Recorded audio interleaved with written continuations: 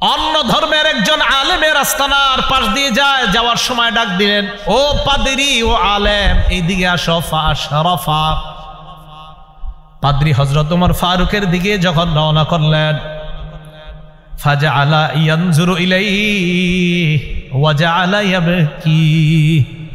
ওমর ফারুক রাদিয়াল্লাহু তাআলা আন পাদ্রীর আগমন দেখা, পাদ্রীকে দেখে ওমর ফারুক কান্না শুরু করলেন, কাঁদতেছে। ফাকিলা লাহু ইয়া আমিরুল মুমিনিন মা ইউবকিকা মিন হাদা। প্রশ্ন করা হলো, আমিরুল মুমিনিন, পাদ্রীকে দেখে আপনার কান্নার কারণ কি? ওমর ফারুক জবাব দেয়, যাকারতু কাউলাল্লাহি আযজা ওয়া জাল ফি কিতাবি আমিলাতুন নাসিবা। আল্লাহর কোরআনের এই আয়াত স্মরণ করলাম, আমিলাতুন নাসিবা, কিছু মানুষ দুনিয়ায় শুধু কষ্ট করবে, এই কষ্টের কোনো ফলাফল পাবে না, কিয়ামতের ময়দানে আযাবের কারণে তারা ক্লান্ত। আহারে, অন্য ধর্মের একজন আলেম কত কষ্ট করতেছে, এই মানুষটা জানে কোনটা সত্য আর কোনটা মিথ্যা, এরপরেও ইসলাম গ্রহণ করে নাই। তার এই যে কষ্ট, এই কষ্টের কোনো মূল্য হবে না। এই জন্য লোকটাকে দেখা আমি ওমর কান্না করা শুরু করলাম। কাঁদতেছে, কি অবস্থা হবে? লোকটা জানতেছে, এরপরেও মানতেছে না। তো হযরত ওমর আমিলাতুন নাসিবা এই আয়াত স্মরণ করা কাঁদতেছে। আমরাও দুনিয়াতে দেখেন অনেক মানুষ কত কষ্ট কইরা গুনাহের কাজ করি, কষ্ট কইরা গুনাহের কাজ করি, কষ্ট কইরা গুনাহের কাজ করি। তো এই কষ্ট কইরা গুনাহের কাজ করি, কিয়ামতে ক্লান্ত হতে হবে, ক্লিষ্ট হতে হবে, ভয়ঙ্কর পরিস্থিতির মধ্যে পড়তে হবে। সেই পরিস্থিতির মধ্যে যেন পড়া না লাগে, দুনিয়াতে থাইকেই যেন নিরাপত্তা নামা নিয়ে কবরে যেতে পারি, এমন মুমিন হওয়ার তৌফিক দান করুন। তো এটাই বললেন আল্লাহ, আমিলাতুন নাসিবাহ। এরপরে দেখেন, তাসলা নারান হামিয়া, তারা প্রবেশ করবে নারান হামিয়া, উত্তপ্ত জাহান্নামের মধ্যে প্রবেশ করবে, আগুনের মধ্যে প্রবেশ করবে, উত্তপ্ত আগুনের মধ্যে প্রবেশ করবে, গরমের মধ্যে প্রবেশ করবে। কেমন গরম? ইবনে কাসির রহমতুল্লাহি আলাইহি তাফসীরের কিতাবে আনেন, ইনতাহা হাররুহা ওয়া গিলয়ানুহা, কয় এমন গরম যে গরমের পর আর গরম হতে পারে না, মানে এত গরম যে এর চেয়ে বেশি গরম আর হইতে পারে না, এত গরম জাহান্নামের আগুন। পরের আয়াতে আল্লাহ বলেন, তুসকা মিন আইনিন আনিয়া, তাদেরকে পান করতে দেওয়া হবে টকবগে গরম ঝর্ণা থেকে, তাদেরকে পানি পান করতে দেওয়া হবে টকবগে। কাজী সানাউল্লাহ পানিপথী রহমতুল্লাহি আলাইহি তাফসীরে মাজহারির মধ্যে এই টকবগের ব্যাখ্যা দেয়, ক্বালাল মুফাসসিরুন, কাজী সানাউল্লাহ পানিপথী রহমতুল্লাহি আলাইহি বলেন, মুফাসসিরিন কেরাম বলেন, লাউ উলকিয়াত কাতরাতুম মিনহা আলাল জিবাল লাযাবাত, সেই টকবগে গরম পানির এক ফোঁটা যদি দুনিয়ার পাহাড় সমূহের মধ্যে দেওয়া হয়, এই পাহাড়গুলো মুহূর্তের মধ্যে মোমের মতো গলে যাবে। যাই হোক, আপনাদের সামনে পবিত্র কোরআনের সূরাতুল গাশিয়া তেলাওয়াত করলাম। উলামায়ে কেরাম সহ আপনারা সর্বসাধারণ এখানে উপস্থিত হয়েছেন। ইনশাআল্লাহ ওয়াজ তো করবেন আমাদের হাকিমুন নফস, আমাদের সেরেতাজ। তো হজরতের আগে কিছু মুজাকারা আপনাদের সাথে হবে ইনশাআল্লাহ। সূরাতুল গাশিয়া, এই সূরাটার আগের সূরাটার নাম সূরাতুল আ'লা। কোরআনের দুই সূরার মাঝে একটা সম্পর্ক থাকে, আগের সূরা আর পরের সূরার মাঝে একটা সম্পর্ক থাকে। কোরআনের সূরাগুলা একটার সাথে আরেকটার সম্পর্ক থাকে। তো কোরআনের সূরার সাথে যেহেতু আরেকটা সূরার সম্পর্ক থাকে, সম্পর্কের কারণে সূরাগুলার সিরিয়ালগুলা কোরআনে এইভাবে দেওয়া হয়েছে। না হয় নবীজিকে জিবরিল আমিন সর্বপ্রথম বলছে ইকরা, আপনি পড়েন। তো কোরআন শুরু হয়েছে কি ইকরা দিয়া না? আলহামদুলিল্লাহ রাব্বিল আলামিন। তো ইকরার সিরিয়াল এত পরে গেল কেন? কোরআনের একটা সূরার সাথে আরেক সূরার সম্পর্ক আছে, এই জন্য সূরাগুলা এইভাবে সুন্দরভাবে সিরিয়ালভাবে সাজানো হয়েছে। কথা হলো, সূরা গাশিয়ার আগের সূরার নাম সূরা আ'লা। এই দুই সূরার মাঝে কি সম্পর্ক? সূরা আলার 10 নম্বর আয়াতটা আমরা যদি বুঝি তাহলে বুঝবো যে গাশিয়ার সাথে সূরা আলার সম্পর্ক আছে কিনা। সূরা আলার 10 নম্বর আয়াতে আল্লাহ বলেন, সায়াযাক্কারু মান ইয়াখশা ওয়া ইয়াতাজান্নাবুহাল আশকা আল্লাযী ইয়াসলান নারাল কুবরা। যাদের মাঝে আল্লাহর ভয় আছে তারা উপদেশ গ্রহণ করে, আর যেই ব্যক্তি হতভাগা সেই ব্যক্তি এগুলো থেকে দূরে থাকে। অধিক হতভাগা ব্যক্তিরাই এর থেকে দূরে থাকে। আল্লাযী ইয়াসলান নারাল কুবরা, যেই হতভাগা ব্যক্তি সর্ববৃহৎ আগুনে প্রবেশ করবে। বলেন নাউযুবিল্লাহ। এতটুকু আয়াতের অনুবাদ বুঝছেন নি আপনারা? তাহলে সূরা গাশিয়ার সাথে এটা সম্পর্কটা কি? এই আয়াতের অনুবাদ বুঝলে তাহলে বুঝানো সহজ হবে।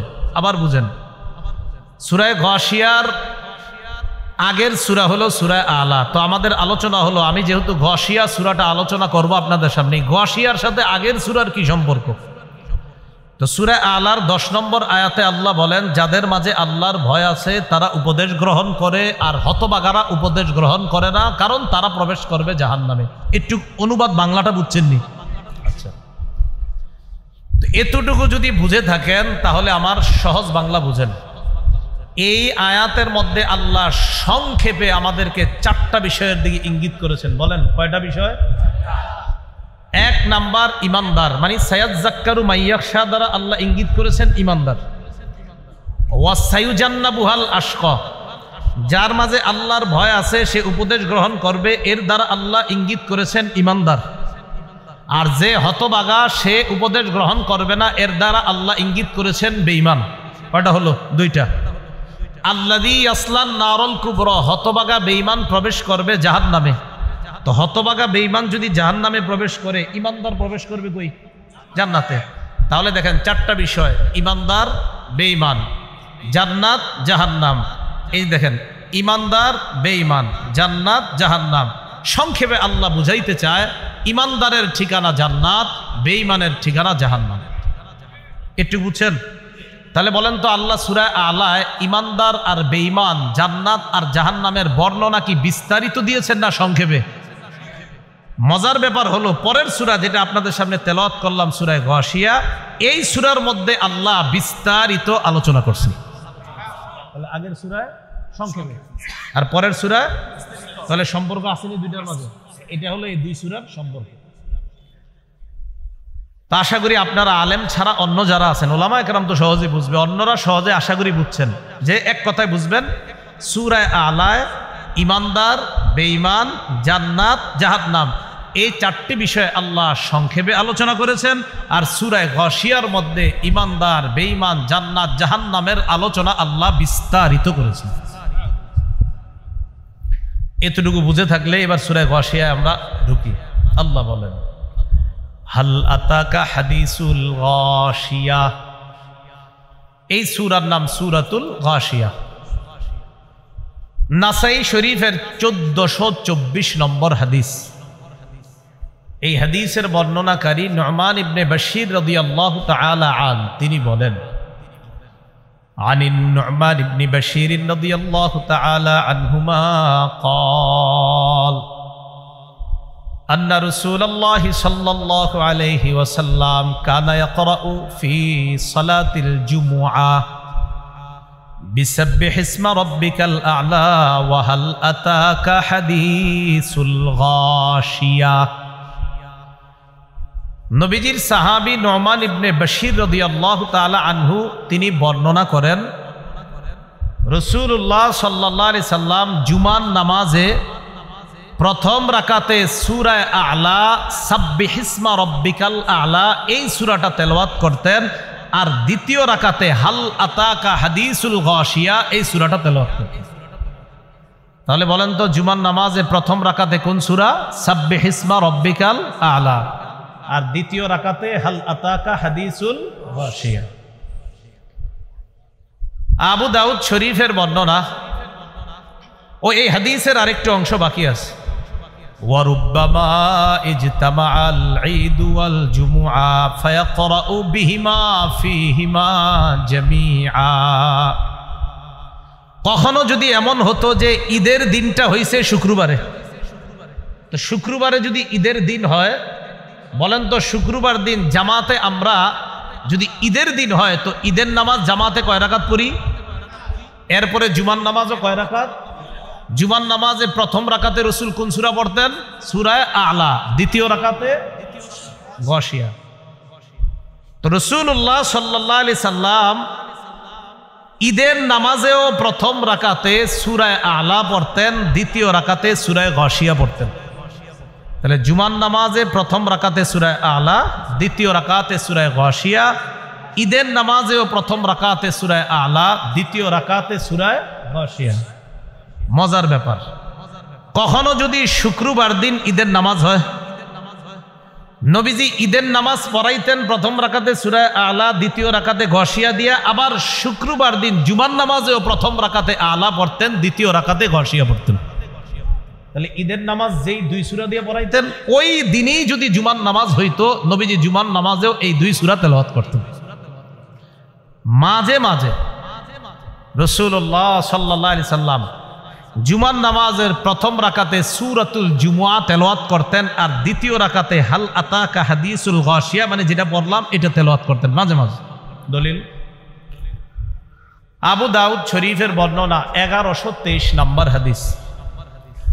এই হাদিসের বর্ণনাকারী দহহাক ইবনে কাইস তিনি বলেন, সালান নু'মান ইবনে বাশীর রাদিয়াল্লাহু তাআলা আন মাযা কানা ইয়াকরাউ রাসূলুল্লাহ সাল্লাল্লাহু আলাইহি ওয়াসাল্লাম। রাসূলুল্লাহ সাল্লাল্লাহু আলাইহি ওয়াসাল্লাম কোন সূরা তেলাওয়াত করতেন? আলা ইসরি সূরাতিল জুমআতি ফি সালাতিল জুমআহ।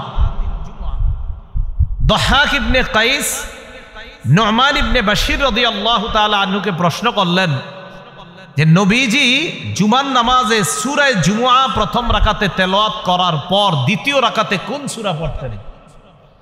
তো নু'মান ইবনে বাশীর জবাব দিতেন, হাল আতাকা হাদিসুল গাশিয়া। নবীজি যদি কখনো প্রথম রাকাতে সূরা জুমআ পড়তেন তো দ্বিতীয় রাকাতে হাল আতাকা হাদিসুল গাশিয়া তেলাওয়াত করতেন।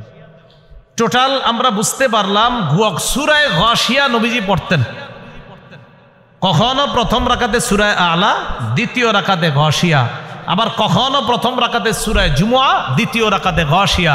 বোঝা যায় নবীজি বেশিরভাগ সময়ে দ্বিতীয় রাকাতে হাল আতাকা হাদিসুল গাশিয়া পড়তেন, যদিও প্রথম রাকাতে অন্যান্য সূরাও নবীজি কখনো কখনো পড়তেন। তো রাসূল সাল্লাল্লাহু আলাইহি সাল্লামকে আল্লাহ বলেন, হাল আতাকা হাদিসুল গাশিয়া। নবী আপনার কাছে কি এসেছে হাদিসুল গাশিয়া? ওই দিনের সংবাদ, দেখেন ওই দিনের সংবাদ কি আপনার কাছে এসেছে যেই দিন সব কিছুকে আচ্ছন্ন করে ফেলবে, সব কিছুকে ঢেকে ফেলবে, যেই দিনের ভয়াবহতা সব কিছুকে ঢেকে ফেলবে, ওই দিনের সংবাদ কি আপনার কাছে আসছে? তো এই যে নবীজির আল্লাহ বলছে আপনার কাছে আসছে, প্রশ্ন, এই প্রশ্নটাকে আরবিতে বলা হয় ইস্তেফহামে তাকরিরি। এর মানে হলো নবী আপনার কাছে কি আসছে? আসছে মানে হ্যাঁ আসছে, আপনার কাছে তো সংবাদ আসছে কিয়ামত হবে, এইভাবে এইভাবে হবে, এই সংবাদ তো আমি আল্লাহ আপনাকে জানায়া দিছি যে আসবে কিয়ামত।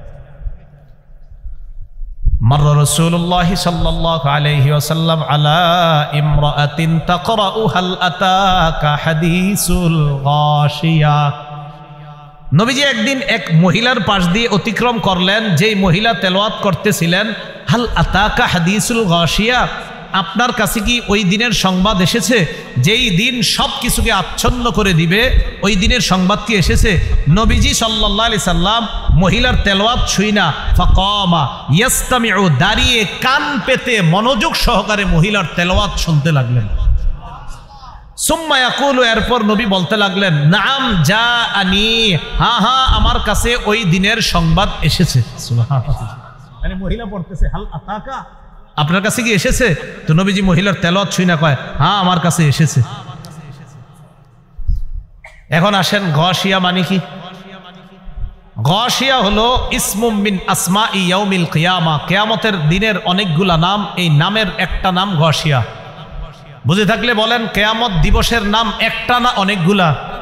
এই অনেকগুলার মধ্যে গাশিয়াও একটা নাম। গাশিয়া ইয়াগশা অর্থ হলো যা ঢেকে ফেলবে, আচ্ছন্ন করে ফেলবে।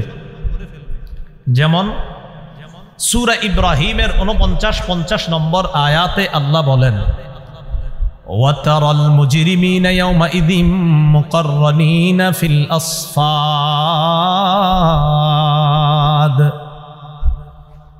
অপরাধীদেরকে আপনি দেখবেন তাদেরকে বেরি পরানো হয়েছে, নাউজুবিল্লাহ। অপরাধীদেরকে বেরি পরানো অবস্থায় আপনি দেখবেন। সারাবিলুহুম মিন কাতিরান, অপরাধীদের পোশাকগুলা দেখবেন আল কাতরার পোশাক। কিসের পোশাক? আল কাতরা। ওয়া তাগশা উজুহাহুমুন নার, অপরাধীদের চেহারাগুলা জাহান্নামের আগুন ঢেকে ফেলবে, আচ্ছন্ন করে ফেলবে, আগুনের মধ্যে তাদের চেহারাগুলো থাকবে। তো এটা আল্লাহ বলেন, হাল আতাকা হাদিসুল গাশিয়া, আপনার কাছে কি ওই দিনের সংবাদ এসেছে যেই দিন সব কিছুকে আচ্ছন্ন করে ফেলবে? আমার দিকে একটু তাকায় ভালো করে বুঝেন। মানে চারদিক অবস্থা, ভয়াবহ অবস্থা, হায় হায় কি হবে না হবে, এই যে একটা পেরেশানি, এই যে একটা অবস্থা, এই অবস্থাটাকে গাশিয়া বলা হয়। কি হবে না হবে, কয় অন্ধকার হয়ে যাবে, কয় কিছুই দেখতে পায় না। মানে হলো এমন বিপদ, যেই বিপদে তার কিভাবে মুক্তি হবে এই চিন্তায় মনে হবে চারদিক অন্ধকার। বলে না অনেক সময়, কয় এখন তার অবস্থা হলো চার সামনে পিছনে সব অন্ধকার। আসলে অন্ধকার না, দিনের বেলায় অন্ধকার, মানে বিপদে আছে। কিসে আছে? বিপদে। এই জন্য বলা হয়েছে অন্ধকার। সূরা দাহার বা সূরা ইনসানের 7 নম্বর আয়াতে আল্লাহ বলেন, ওয়াখাফুনা ইয়াওমান কানা শাররুহু মুস্তাতিরা। আল্লাহ বলেন কিয়ামত দিনের যে খারাপিটা, যে ভয়াবহ অবস্থাটা, তোমরা কি মনে করছো একদিকে? আল্লাহ বলে না, পুরা কিয়ামতের ময়দানের চারদিকে বিস্তৃত হয়ে থাকবে, চারদিকে শুধু খারাপি আর খারাপি দেখা যাবে। ভয়ঙ্কর অবস্থা। কেমন ভয়ঙ্কর অবস্থা? সূরা হজের 1 নম্বর 2 নম্বর আয়াতে আল্লাহ বলেন, ইয়া আইয়ুহান নাসুত্তাকু রাব্বাকুম ইন্না জালজালাতাস সাআতি শাইউন আযীম। হে মানুষ, তোমরা তোমাদের রবকে ভয় করো। কিয়ামতের প্রকম্পন, কিয়ামতের প্রকম্পন, এটা খুব ভয়ঙ্কর একটা ব্যাপার।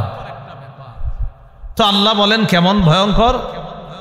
ইয়াউমা তারাউনাহা তাযহালু কুল্লু মুরদিআতিন আম্মা আরদাআত, যেদিন দুগ্ধ দানকারিনী মা তার দুধের শিশুকে ভুলে যাবে, এমন ভয়াবহ অবস্থা হবে। দুধ পান করায় যে মা তার সন্তানকে দুনিয়াতে কখনো ভুলে? যতবার চিৎকার দেয়, চিৎকার দিতে দেরি, ঘুম ভাঙতে দেরি হয় না মার, ততবার দুধ পান করায়, একবারও বিরক্ত হয় না। আল্লাহ বলেন দুগ্ধ দানকারিনী মা, দুগ্ধ দানকারিনী নারী তার দুধের শিশু সব ভুলে যাবে।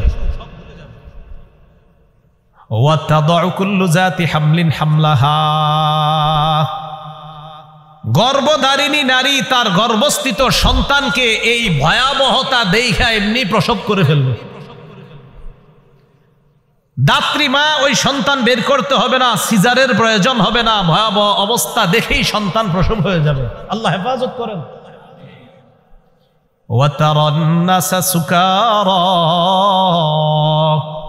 আপনি দেখবেন মানুষগুলা মাতাল, ওয়ামা হুম বিসুকারা ওয়ালাকিন্না আযাবাল্লাহি শাদীদ। আসলে তারা মাতাল না, বাকি দেখলে মনে হবে মাতাল, আসলে মাতাল না।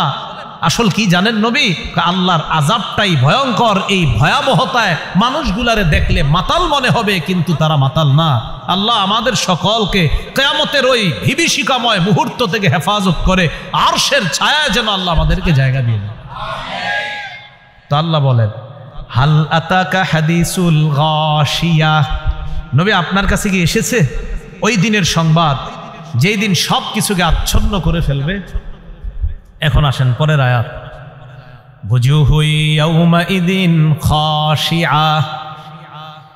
বুজুহুন, দুই জবর দুই জের দুই পেশকে কি বলে? হ্যাঁ বলে না, কি বলে? হুজুহুন। এই হুনের উপরে দুই পেশ না, এই দুই পেশ তানবিন, এই তানবিন লিত্তাকসির, আধিক্যতা বোঝানোর জন্য আসছে হুজুহুন। এই হুজুহুন মানে বহু চেহারা সেদিন অবনমিত থাকবে, ভয়ে নিচের দিকে তাকায়া থাকবে। নাউজুবিল্লাহ, ভয়ে সব। সূরা তাহার 108 নম্বর আয়াতে দেখেন আল্লাহ কি বলেন। আল্লাহ পাক রব্বুল আলামিন বলেন, ইয়াউমাইযি ইয়াত্তাবিউনা আদ-দাঈয়া লা ইওয়াজা লাহু ওয়া খাশাতিল আসওয়াতু লির-রহমান ফালা তাসমাউ ইল্লা হামসা। এই আমাদের দুইজনের দিকে সবাই তাকায় একটু, হ্যাঁ আপনি রেডি থাকেন। দেখেন কি কয় আল্লাহ সূরা তাহার 108 নম্বর আয়াতে, সেদিন মানুষ একজন আহ্বানকারী ডাক দিবে, এই এদিকে আসো, তো সবাই যাবে, কেউ এদিক সেদিক হবে না। ডাক দিলে মুয়াজ্জিন বারবার বলে হাইয়া আলাস সালাহ হাইয়া আলাল ফালাহ, তাও যান না। সেদিন এদিক সেদিক হবে না, ডাক দিবে সব। এই কি হলো, কি হইল? ফালা, দেখেন কি কয় আল্লাহ, ওয়া খাশাতিল আসওয়াতু লির-রহমান, রহমানের সামনে সবার আওয়াজগুলো নিচু হয়ে যাবে, সব চুপচাপ, একদম সব, কোনো কথা নাই। ফালা তাসমাউ ইল্লা হামসা, মৃদু আওয়াজ থাকবে। দেখেন দুইজন আমরা, কি হয়েছে, কোনো সমস্যা? মানে একজন আরেকজনের চুপ চুপ, কোনো সমস্যা নাকি? উস্তাদের কাছে বিপদে পড়ছি, হুজুর বেত নিয়ে দাঁড়ায় আছে, এই হুজুর বেত নিয়ে দাঁড়ায় আছে, মারবে নাকি, এরকম হয় না আমাদের? মানে আওয়াজ করি না, চুপ চুপ একজন, কি হয়েছিল হুজুর এত চেতাকা? সেদিন কিয়ামতের ময়দানে সব নিচের দিকে তাকায় থাকবে, কারো কোনো আওয়াজ থাকবে না। একজন আরেকজনকে বলবে, বলো নাকি, কি হয়েছে, সমস্যা নাকি কোনো? আল্লাহ কয়, সেদিন নবী আপনি এই ফিস ফিস আওয়াজ ছাড়া আর কোনো আওয়াজ পাবেন না, সব নিচের দিকে তাকায় থাকবে। ফালা তাসমাউ ইল্লা হামসা। তা আল্লাহ এটাই বললেন, ওয়াজুহু ইয়াউমাইযিন খাশিআহ, সেদিন বহু চেহারা থাকবে অবনমিত, চুপচাপ, কোনো কথা নাই, একদম নিচের দিকে তাকায় থাকবে। খাশিআহ, সব নিচের দিকে তাকায় থাকবে। আল্লাহ পাক রব্বুল আলামিন আমাদেরকে হেফাজত করেন।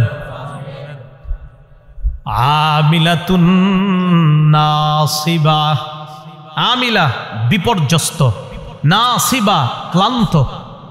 এই আয়াতের ব্যাখ্যায় ইকরিমা এবং সুদ্দি রহমতুল্লাহি আলাইহিমা বর্ণনা করেন, আমিলাতুন ফিদ দুনিয়া বিল মাআসি নাসিবাতুন ফিন্নার বিল আযাব। দুনিয়াতে যারা গুনাহের মাধ্যমে প্রচুর কষ্ট করছে, মানে গুনাহ যত কাম করছে সব গুনাহের কাজ, এই গুনাহের কাজ যারা দুনিয়াতে করছে তারা আযাবের মধ্যে আযাব ভোগ করতে করতে ক্লান্ত হয়ে যাবে, মানে আযাব দেইখা তারা ক্লান্ত। আমিলা, দুনিয়াতে গুনাহের কারণে তারা আমিলা, শুধু গুনাহের কাজ করছে। নাসিবা, আযাবের কারণে তারা ক্লান্ত হয়ে যাবে। আল্লাহ হেফাজত করেন। আমিলাতুন নাসিবা। ইমাম বুখারী রহমতুল্লাহি আলাইহি বুখারী শরীফের মধ্যে এই আয়াতের ব্যাখ্যায় আব্দুল্লাহ ইবনে আব্বাস থেকে উনি একটা উদ্ধৃতি এনে বলেছেন, আমিলাতুন নাসিবা মানে হলো আন-নাসারা, খ্রিস্টান সম্প্রদায়। সেদিন তারা দুনিয়াতে বহুত মেহনত করছে, তারা কয় তাদের এই মেহনত, আমিলা মানে কর্মচারী, আমিলা শ্রমিক, কয় তাদের এই শ্রম দুনিয়াতে যে দিয়েছে এটা কোনো কাজে আসবে না। নাসিবা, কিয়ামতের ময়দানে আযাবের ভয়াবহতা দেখে ক্লিষ্ট ক্লান্ত হয়ে যাবে তারা। আল্লাহ হেফাজত করেন। মুসনাদুল ফারুক 2 নম্বর খণ্ড, ওমর ফারুক রাদিয়াল্লাহু তাআলা আনহু, মাররা ওমর ইবনুল খাত্তাব রাদিয়াল্লাহু তাআলা আন বিদাইরি রাহিব। ওমর ফারুক রাদিয়াল্লাহু তাআলা আন একজন পাদ্রীর যে ইবাদতখানা, পাদ্রীর যে আস্তানা, এই আস্তানার পাশ দিয়ে হযরত ওমর ফারুক রাদিয়াল্লাহু তাআলা আন অতিক্রম করলেন।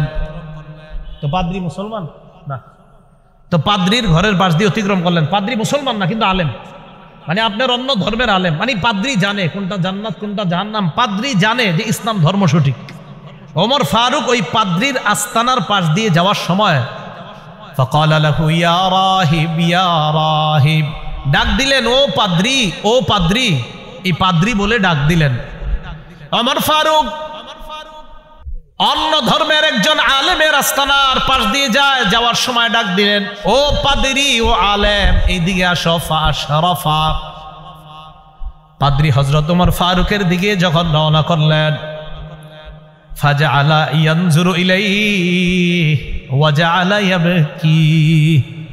ওমর ফারুক রাদিয়াল্লাহু তাআলা আন পাদ্রীর আগমন দেখা, পাদ্রীকে দেখে ওমর ফারুক কান্না শুরু করলেন, কাঁদতেছে।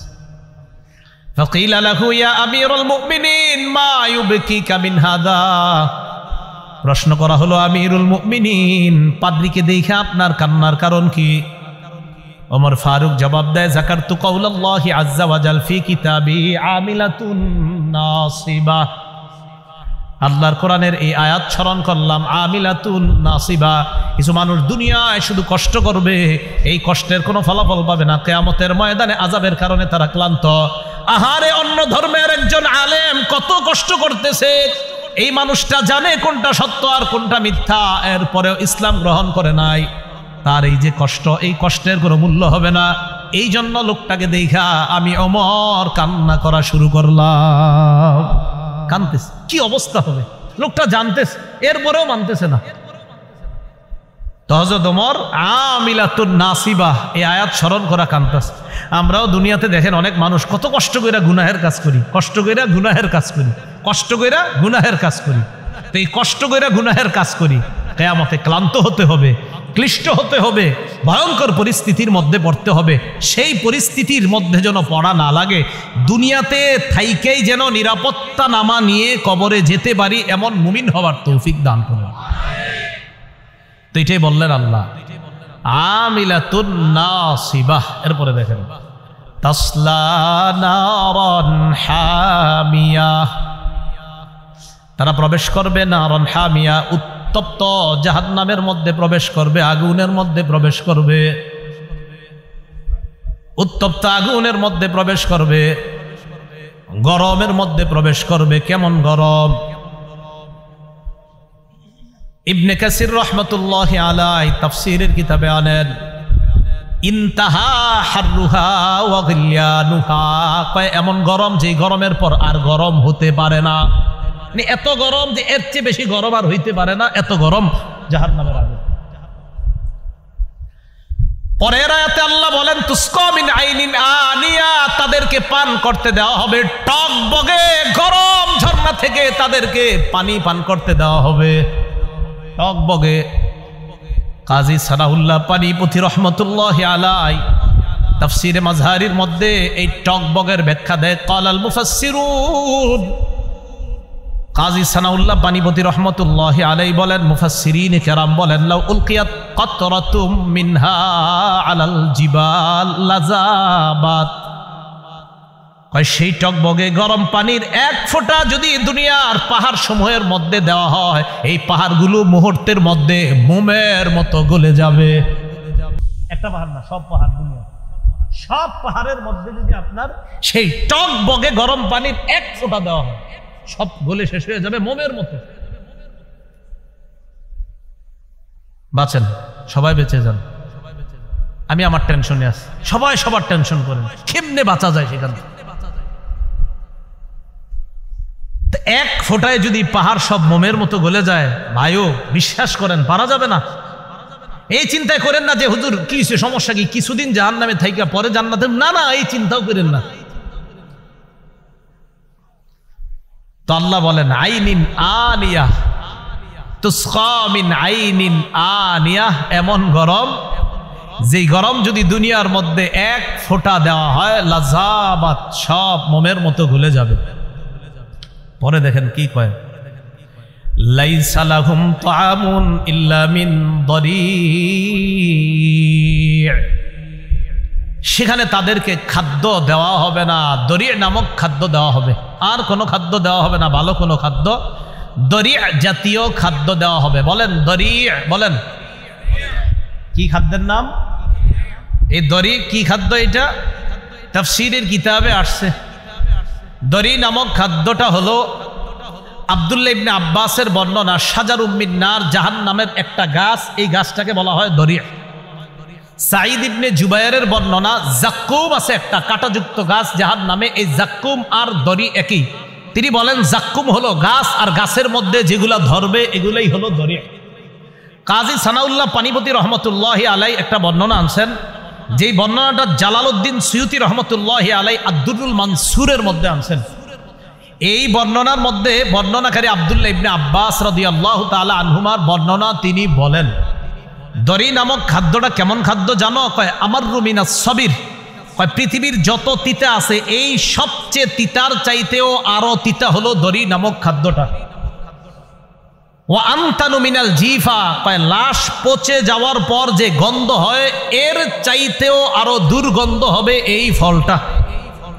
ওয়া আশাদ্দু হাররাম মিনান নার, কয় আগুনের চাইতে আরো ভয়ঙ্কর পাওয়ারফুল গরম হবে। এক তো দুর্গন্ধ, দ্বিতীয়ত তিতা আবার গরম, এটা আবার গরম, কিন্তু তিনটা আপনার তিতা আবার গরম আবার দুর্গন্ধ, কোনোটাই সহ্য হবে না। তো এরপরে আব্দুল্লাহ ইবনে আব্বাস বলেন ইজা উতইমা সাহিবুহু, এই দড়ি যখন জাহান্নামীকে খাইতে দেওয়া হবে, লা ইয়াদখুলুল বাতনা, কয়টা পেটেও যাবে না, ওয়ালা ইয়ারতাফিউ ইলাল ফাম, মুখেও আসবে না, গলায় আটকে থাকবে। বাঁচেন, সবাই বেঁচে যাই, চলেন, আল্লাহ হেফাজত করেন। দড়ি নামক খাদ্যের ব্যাপারে ইমাম বুখারী রহমতুল্লাহি আলাই বুখারী শরীফের মধ্যে আনছেন মুজাহিদ রহমতুল্লাহি আলাই থেকে। দড়ি হলো এমন এক খাদ্য পৃথিবীর মধ্যে আর কি আপনার, তিনি বলেন নাবাতুন ইউকালু লাহু আশ-শিবরিক, কোন ঘাস উঠার পর এটা যখন সজীব থাকে, এক ধরনের সজীব ঘাস, এই ঘাসকে বলা হয় শিবরিক, এটাকে দড়ি বলা হয়। তো শিবরিক, যেই ঘাসটাকে শিবরিক মানে তাজা ঘাস, যেটাকে শিবরিক বলা হয়, ইউসাম্মিহি আহলুল হিজাজ আদ-দরি ইদা ইয়াবিসা, এই সজীব ঘাসটা যখন শুকিয়ে যায় হিজাজবাসীরা এটাকে বলে দরি। তাহলে ঘাস শুকানোর পর এটাকে হিজাজবাসী বলে দরি, আর শুকানোর আগে এটাকে বলা হয় শিবরিক। শিবরিক মানে হলো তরু তাজা মাত্র সবুজ যেই ঘাস, এই ঘাসটাকে বলা হয় দরি মানে শিবরিক। তাহলে ঘাস সজীব যখন থাকে তখন এটাকে বলা হয় শিবরিক, এক ধরনের সুন্দর ঘাস, আর এটা যখন শুকায়া যায় এটাকে হিজাজবাসী বলে দরি।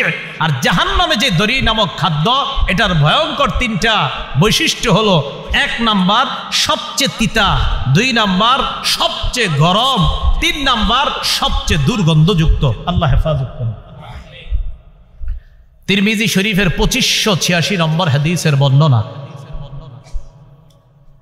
আবু দারদা রাদিয়াল্লাহু তাআলা আনহুর বর্ণনা, قال رسول الله صلى الله عليه وسلم يلقى على أهل النار الجوع।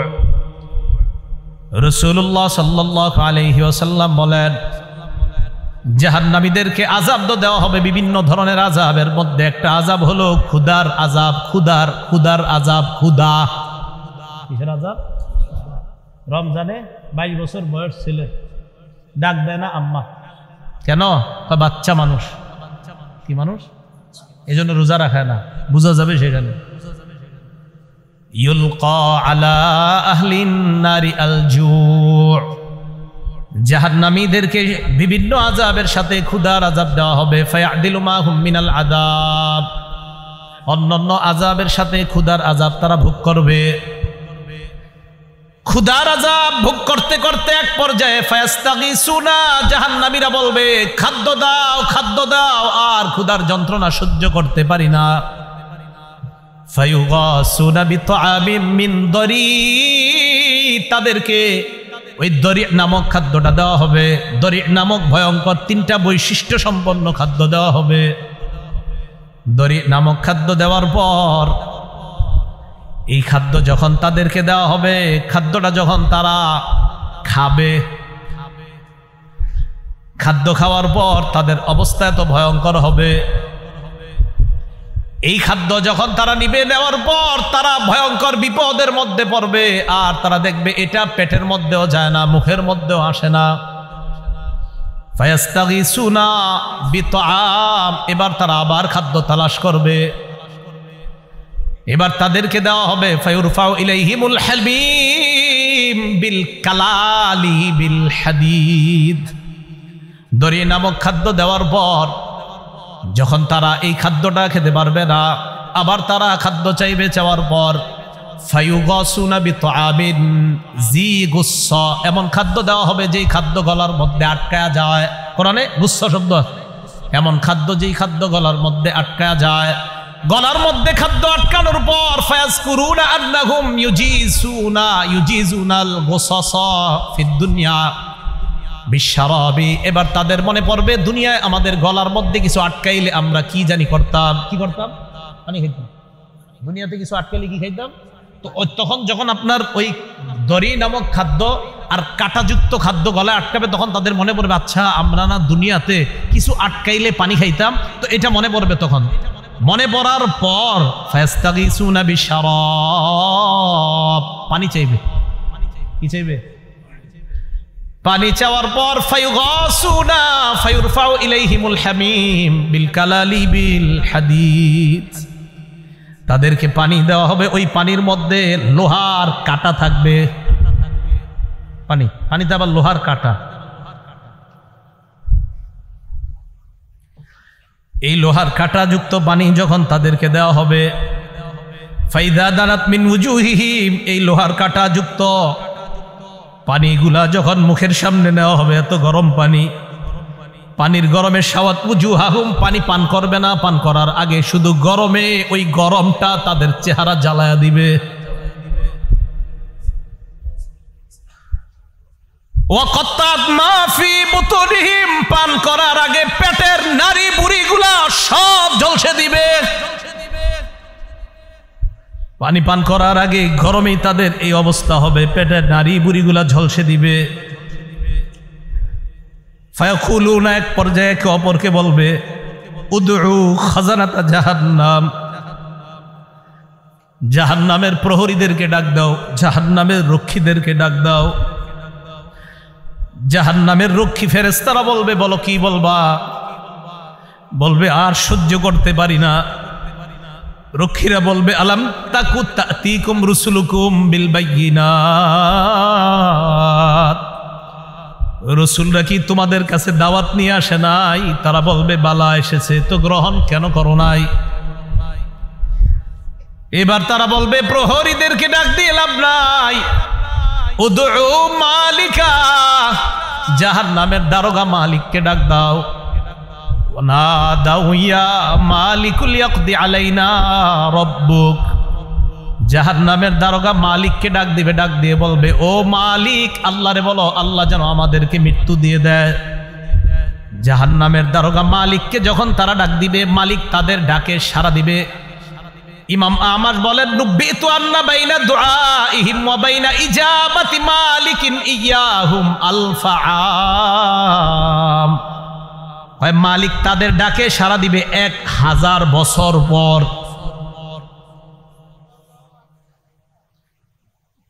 ডাক দিবে মালিক 1000 বছর পর। জাহান্নামের দারোগা মালিক বলবে বলো কি বলবা? 1000 বছর পর বলবে কি বলবা বলো। আল্লাহ আমাদেরকে হেফাজত করেন। তারা বলবে আল্লাহরে বলো আল্লাহ যেন আমাদেরকে মরণ দিয়ে দেয় জাহান্নামে। মালিক বলবে ইন্নাকুম মাকিসুন, চুপচাপ আযাব ভোগ করো।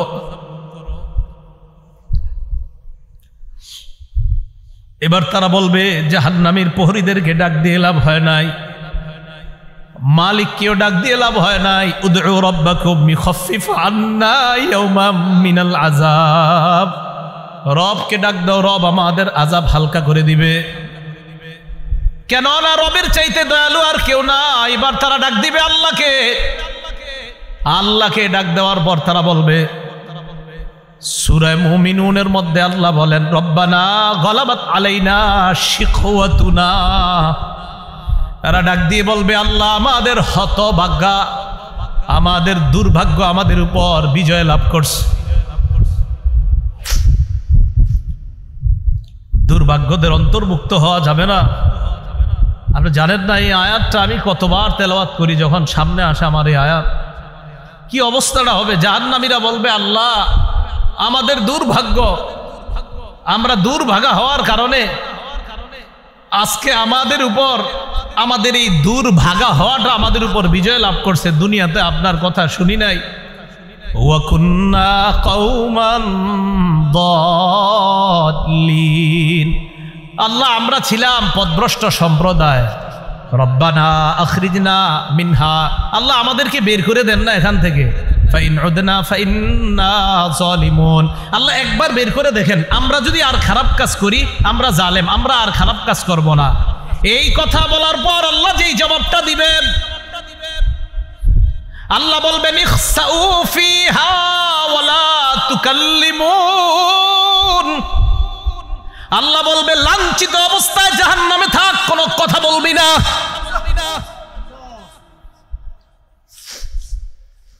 রব বলবে কথা বলবি না, চুপচাপ থাক। দয়াময় রব বলবে কথা বলবি না, চুপচাপ থাক।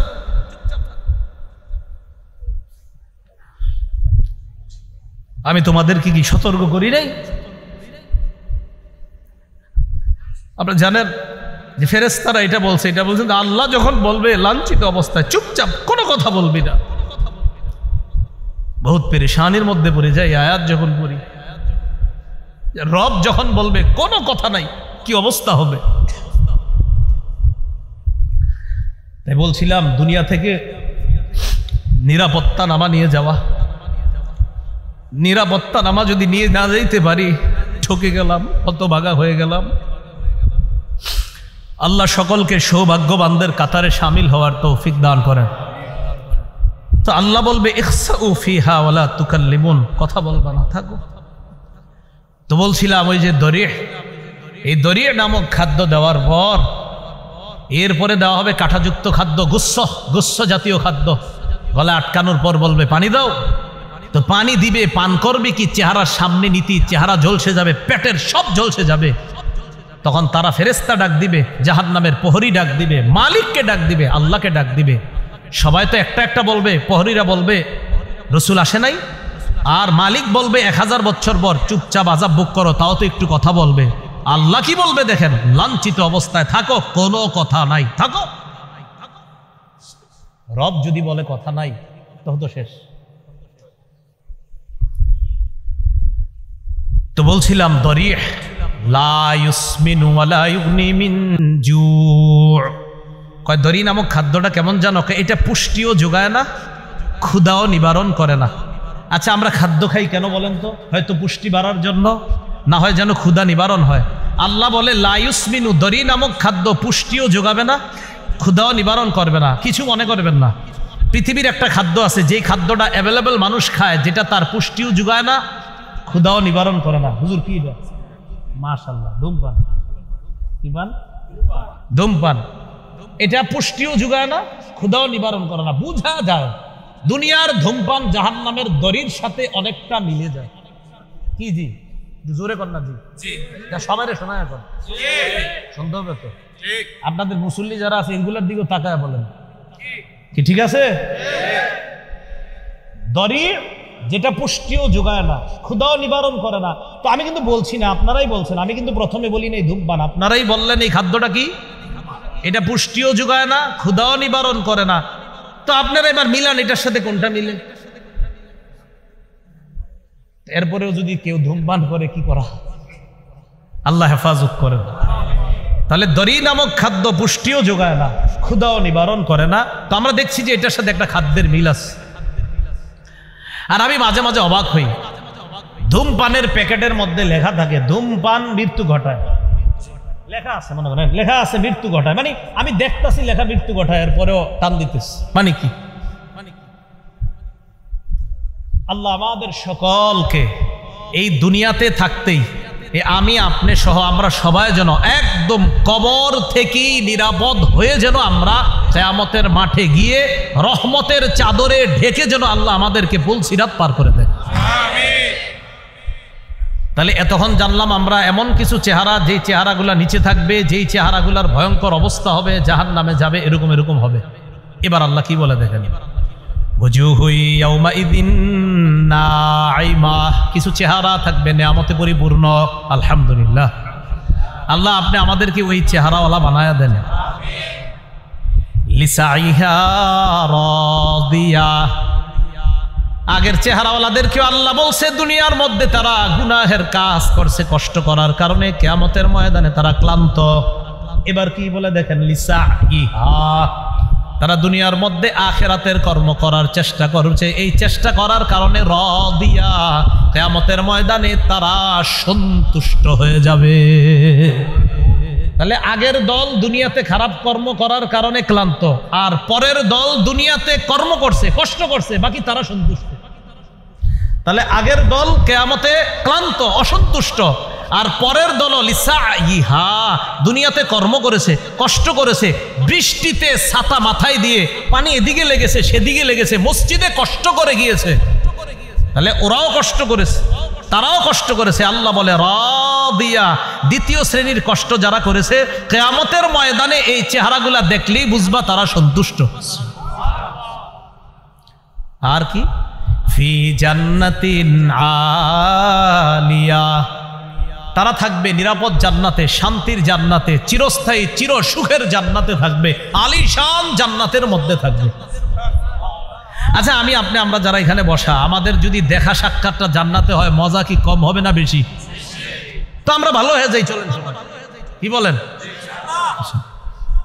ফি জান্নাতিন আলিয়া লা তাসমাউ ফিহা লাগিয়া, জান্নাতের মধ্যে জান্নাতীরা লাগিয়া শুনবে না। লাগিয়া মানে অনর্থক কথা। ইমাম বুখারী ব্যাখ্যা করেছেন, 7 মাস জান্নাতের মধ্যে জান্নাতীরা কোনো গালি গালাজ শুনতে পাবে না। দুনিয়াতে আমরা অনেক কিছু শুনছি, ইমাম সাহেবরা শোনে, খতিবরাও শোনে, মাদ্রাসার মুতামিম সাহেবরাও শোনে, কত মানুষের কত কথা শোনে। ইনশাল্লাহ হুজুররা একটু নিশ্চিত থাকেন, একটু কষ্ট করেন, জান্নাতে অন্তত এই গালি গালাজ শুনতে হবে না। লা তাসমাউ ফিহা লাগিয়া, জান্নাতের মধ্যে অনর্থক কোনো কথা থাকবে না, কোনো অনর্থক কথা শোনা যাবে না। কত সুন্দর কথা হবে জান্নাতে, সে আলোচনা আমি পুরোটা করছি না। সর্বশেষ জান্নাতি যেই মানুষটা, এই মানুষটা আল্লাহরে সর্বশেষ তখন যখন তাকে জান্নাত থেকে বের করবে, এবার আমার একটা আলোচনা আছে, দেখবেন লম্বা আলোচনা আছে সর্বশেষ জান্নাতির নিয়ে।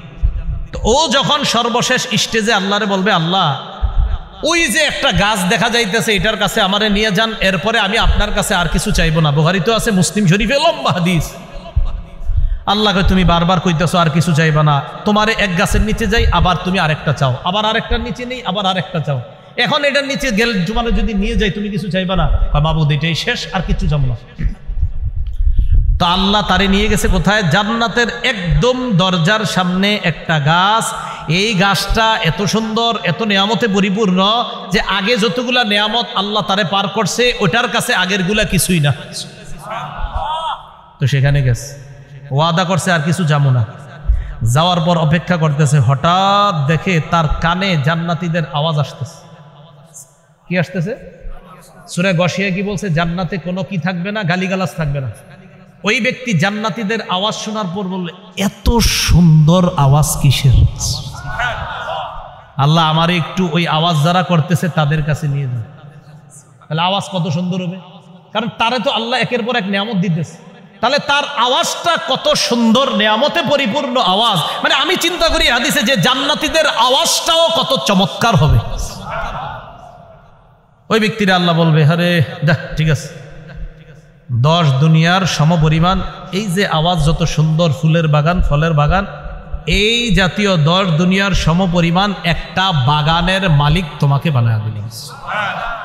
এটা আলিশান জান্নাতের বাগান, মানে আলিশান জান্নাত। এই জান্নাত মানে প্রাসাদ, রাজ প্রাসাদের মালিক বানায় দিলাম। তো আল্লাহ বলেন, লা তাসমাউ ফিহা লাগিয়া, যেই চেহারাগুলা সন্তুষ্ট চিত্তে তাদেরকে দেখবা, তারা জান্নাতের মধ্যে কোনো গালিগালাজ শুনবে না।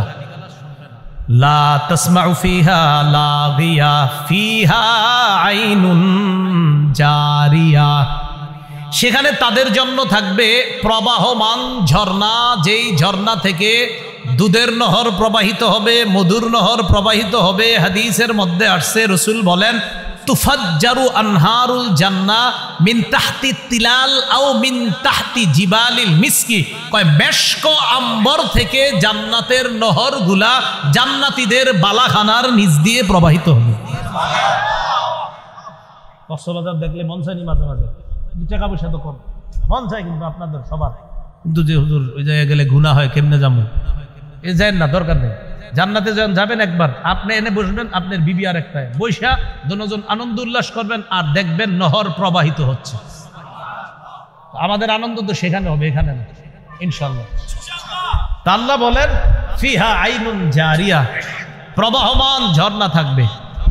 ফিহা সুরুরুম মারফুআ, সেখানে উঁচু উঁচু পালং খাট বিছানো থাকবে, হযরত যেন সেখানে আরাম করতে পারে। কেমন উঁচু? তাফসীরের কিতাবের মধ্যে আসছে যে সেখানের খাটগুলা এমন উঁচু থাকবে, ইজা আরাদা ওয়ালিয়ুল্লাহি আইয়াজলিসা আলা তিলকা সুরুরি তাওয়াদাআত লাহু, আল্লাহর বন্ধুরা, আল্লাহর অলিগণ যখন ওই খাটের মধ্যে উঠতে চাইবে, খাট তো উঁচু, খাট তার জন্য নত হয়ে যাবে, জি হযরত আসেন আমার মধ্যে বসেন।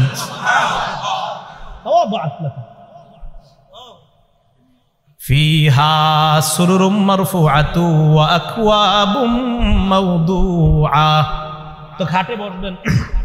বসার পর দুনিয়াতে তো বিভিন্ন জন তারা বিভিন্ন মত টান দিছে যে ভাবসাব, আল্লাহ পাক রব্বুল আলামিন তো আপনাকেও দিবে যে তুমি তো দুনিয়াতে এই মদ টদ ছুঁয়েও দেখো নাই, তোমাকেও সেখানে শরাবান তহুরা পরিবেশন করে গ্লাসের মধ্যে ওই শরাব দিয়ে, ফিহা আকওয়াবুম মাওদুআ, তোমার সামনে ওই শরাবান তহুরা যুক্ত ওইটা পরিপূর্ণ গ্লাসগুলা তোমার সামনে সাজানো থাকবে, নাও তুমি আর তোমার বিবি পান করতে থাকবে।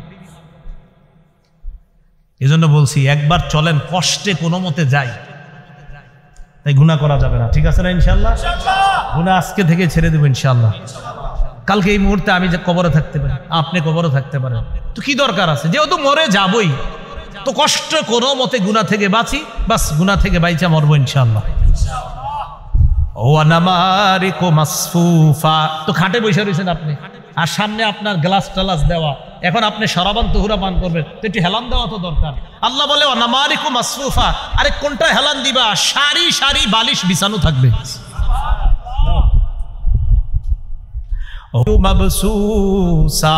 আচ্ছা তুমি যে তোমার খাটটায় গিয়ে উঠবা, টাইলসে পাড়া দিয়ে হাঁটবা, আরে না না, তোমার জন্য গালিচা বিছানো থাকবে, ওই গালিচার উপর হেঁটে হেঁটে তুমি তোমার ওই পালঙের মধ্যে বসে তুমি ওই সারি সারি যে বালিশগুলো আছে সেখানে তুমি হেলান দিয়ে বসবা। এইগুলা বলার পর আল্লাহ রাব্বুল আলামিন বলে যে এখন মানুষ মনে করতে পারে, আচ্ছা আল্লাহ কি এগুলা দিবে, মনে করতে পারে যে এত বড় বড় খাট পালং ইত্যাদি, তা আল্লাহ বলে মিয়া চিন্তা করো না, আফালা ইয়ানজুরুনা ইলাল ইবিলি কাইফা খুলিকাত, তারা কি দেখে না ওটের দিকে, ওট কিভাবে সৃষ্টি করা হয়েছে, একটু ওটের দিকে দেখে না? ওয়াইলাস সামাই কাইফা রুফিআত, আকাশের দিকে তাকায় না, আকাশ কিভাবে উঁচু করে রাখা হয়েছে? আচ্ছা একটু খুঁজি আমরা দেখি কোথায় খাম্বা আছে আকাশের, আসেনি না? খোঁজেন না একটু, আমরা দেখি আসেনি খাম্বা, নাই তো এইভাবে রয়েছে কেমন? এটা জোরে বলেন, কে রাখছে? কে রাখছে এইভাবে? আল্লাহ বলেন ওয়াইলাস সামাই কাইফা রুফিআত, আরে খুঁটি ছাড়া আসমান যদি আমি এইভাবে রাখতে পারি, আর তোমাদেরকে এই নিয়ামতে পরিপূর্ণ জান্নাত দেওয়া তো আমার কাছে কোনো ব্যাপার না। ওয়াইলাল জিবালি কাইফা নুসিবাত, খুব মন দিয়ে এই জায়গাটা বুঝেন, ওলামা হযরত আছেন। প্রথমে ওটের কথা বলছে, পরে আকাশের কথা, পরে পাহাড়ের কথা। কেন আমি ওটের কথা কেন? ওটের উপরে বৈশা, যখন আপনি ওটের উপরে বসবেন, বৈশাই একটু তাকান, আসমান দেখা যায়। ওট যখন চালাবেন, ওট সাধারণত পাহাড়ি অঞ্চলে চালানো হয়, আশেপাশে তাকায় দেখেন পাহাড়। তাই আল্লাহ বললেন তারা কি ওটের দিকে তাকায় না আরবের মানুষগুলা? তো ওটের উপরে বৈশা, এরপরে কি আকাশের দিকে তাকায় না? আসমান খুঁটি ছাড়া। আচ্ছা ঠিক আছে, চলতে চলতে ওয়াইলাল জিবালি, তারা কি পাহাড়ের দিকে তাকায় না? কাইফা নুসিবাত, কিভাবে পাহাড়টা স্থাপন করা হয়েছে। আচ্ছা তারা যে জমিনের উপর চলতেছে, ওয়াইলাল আরদি কাইফা সুতিহাত, জমিনের দিকে তাকায় না যে জমিনটা কিভাবে বিছিয়ে রাখা হয়েছে, আমি আল্লাহ বিছিয়ে দিলাম। আর ওই বিছানো জমিনের উপর তো তুমি ওটের মধ্যে আরোহণ করে আসমান আর পাহাড়গুলা দেখতে পাচ্ছ। তো এইগুলা দেখে তুমি কি বুঝো না আমি যে জান্নাত দিব? এরপরে আল্লাহ বলেন